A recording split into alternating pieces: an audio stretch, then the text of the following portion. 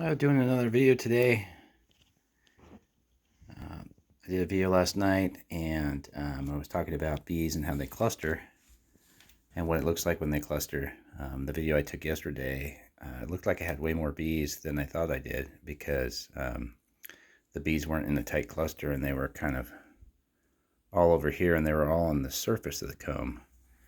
When actually when they cluster, when it's really cold, they actually do this. See if I can find one here. See that bee's butt right there?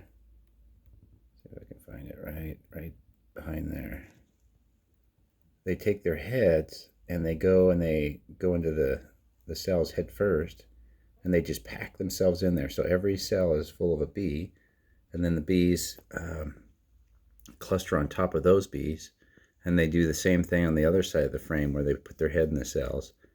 And so every cell on the other side has a bee in it.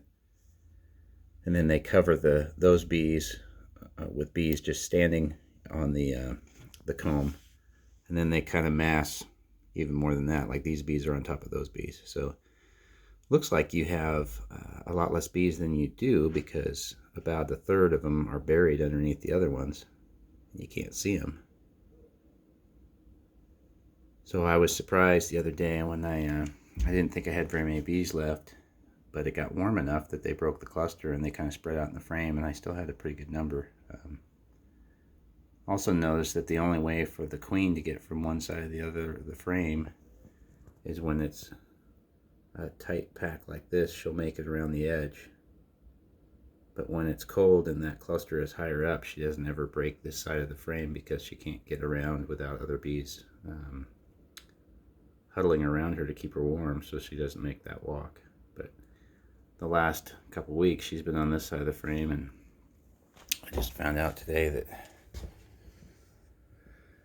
she's on this other side of the frame over here. I just saw her. Actually, I think that might be her. Hard to say. There's so many bees on top of each other that it's kind of hard to see. But I thought that was interesting. I thought seeing the behavior of the bees and how they cluster is pretty neat. It's something I don't get to watch out in the field because it's too cold and you can't open up your bees. But in here with the observation hive, you can see a little bit different behavior. That's it.